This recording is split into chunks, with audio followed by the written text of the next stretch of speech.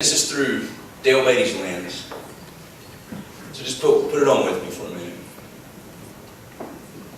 From World War II, my grandfather, Jack Miller, we call them the greatest generation, right?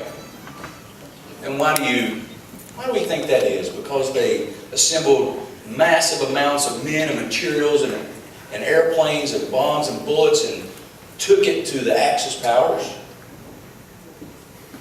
No, I don't believe so. I believe good will always triumph over evil. It took us a while to get over there, just like World War I. But once we were there, we were committed and we saw it through. But I really truly believe that they were the greatest generation because of what they did after they returned home. They came back from war before there were terms like post-traumatic stress and traumatic brain injury and the OIF, OEF case managers at the VA. They did it because that's what they had to do. They had to go back to work. And the example they said about going back to work and putting that aside, while they did not talk about it and it could have been detrimental to them, they provided the basis to allow me to receive the best benefits that our military has ever received.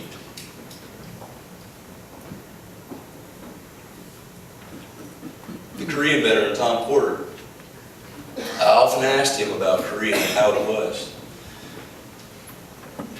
And he said it was cold as hell. That was the main thing he could remember. And I am a bit of a military historian. Korean War is called the Forgotten War. And there's a lot of reasons why. It's an in-between war. There was a lot of guys killed there, but it was really a police action. And as a matter of fact, that war hasn't ended yet. It's just paused a moment in time.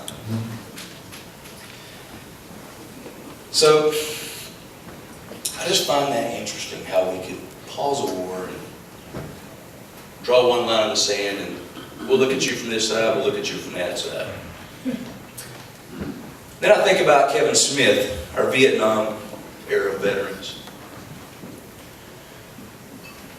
And I really feel that, of course I wasn't alive during that time, but I've listened to a lot of stories about it. I just really feel our veterans from Vietnam, their pride in their service, and their pride was almost just taken from them by an angry, often thankless culture for what they did. And it's only now, after 33 years, that the VA admitted to a lot of the issues that Vietnam veterans have. And only now that there's so much overwhelming support for our younger veterans, that our Vietnam veterans are feeling the ripple effects of that, and they're getting healing from it. But they still are the largest percentage of veterans in our country. And so I say that they're as equally deserving of your respect and love and care as I am.